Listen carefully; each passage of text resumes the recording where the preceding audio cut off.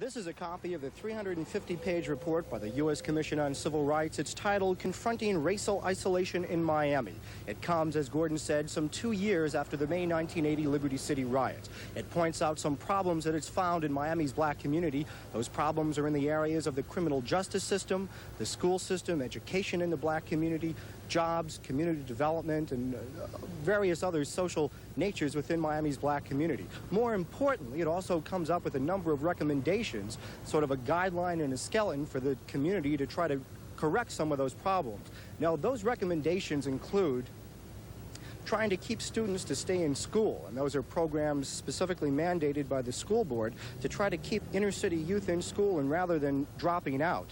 One of the other recommendations include improving vocational training and vocational training facilities in inner-city schools. On the areas of housing, it was critical of much of the conditions of low-income housing, and it mandates that there should be an increase in low-income housing in this community, and also that the state attorney's office and other enforcement agencies should enforce minimum housing standards in the Northwest black community. There's also a mandate to increase minority recruitment within the criminal justice system. Now, this study was done by the U.S. Civil Rights Commission. The chairman of that organization is Clarence Pendleton. Mr. Pendleton is with us here today. What is going to happen to this report?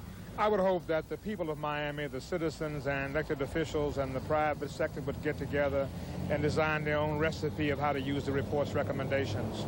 There have been a number of reports, a number of studies of the tri-ethnic nature of the greater Miami community. How is this report different?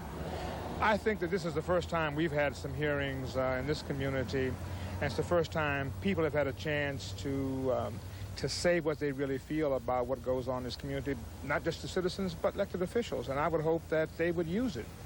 Are you optimistic about the future of the black community in Miami? I would hope to be optimistic. Today, none of the elected officials really came to the session, which was disappointing, and I would hope that that does not cause many of us to be pessimistic, but would hope that they would look at the report and take some optimistic activities that would make things better in Liberty City and for black Miamians. Thank you very much, Clarence Pendleton, chairman of the U.S. Commission on Civil Rights. This report will be released in Washington tomorrow. Copies will go to the president and key congressional representatives. But clearly the mandate is that the improvements have to come from South Florida and have to come from within this community. I'm Al Sunshine, Channel 4 News, reporting live from Northwest Miami. Miami's black community is isolated and separate from the economic growth of the area, and there's a deep erosion of spirit in black Miami. That, according to the U.S. Commission on Civil Rights. The group released a 350-page report this morning that's been 2 years in the making.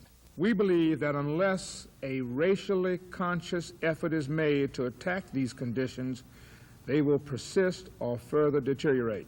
The commission found black students are being denied a desegregated school system. Much housing for low-income black residents is substandard.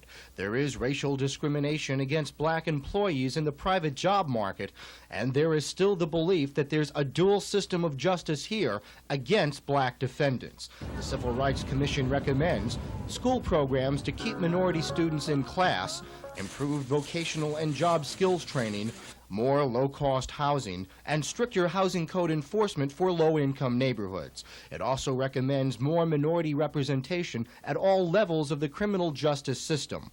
Local officials have a mixed reaction to the report. Some of the recommendations that they present are, I think, ones that really need to be addressed and considered. This is too little, too late.